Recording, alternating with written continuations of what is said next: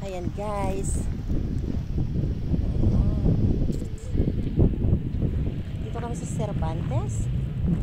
Ayan, ito ang kalawakan ng Cervantes. Ang ganda.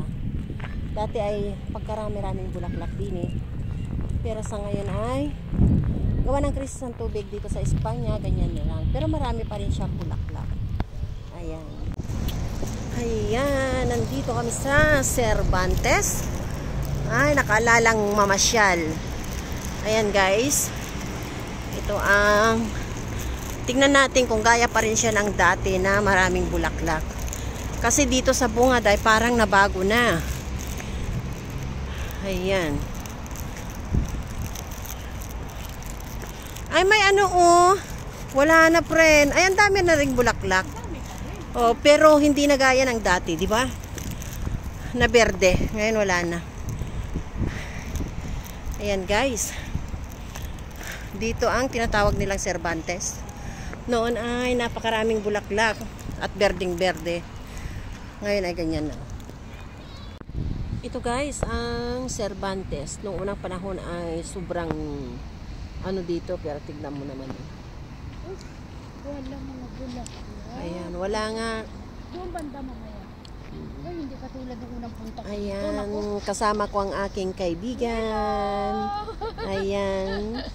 Mainit. Sobra no? Wala na, hindi na gaya dati na no? Gaya dati, ang gaganda ng mga bulaklak. Kaya nga, pagpasok mo pa lang, ang dami ng bulaklak. Pero nga, ngayon, iba na. Ayan, no? Mga red roses. Gaganda ng kanilang mga pula, pagkapula. Ayan. Dati ay pwede mong pasukin yan. Hanggang doon. Sa loob para makita mo ang bawat isa. Pwede kang magpa-picture sa bawat isa. Pero sa ngayon ay ganyan na lang. Ang laki ng pinagbago. Hello guys. Wow.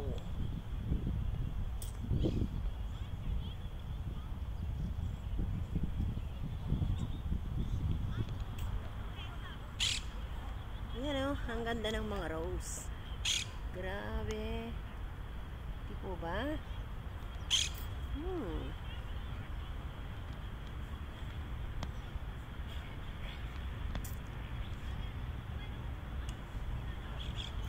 Ayan guys.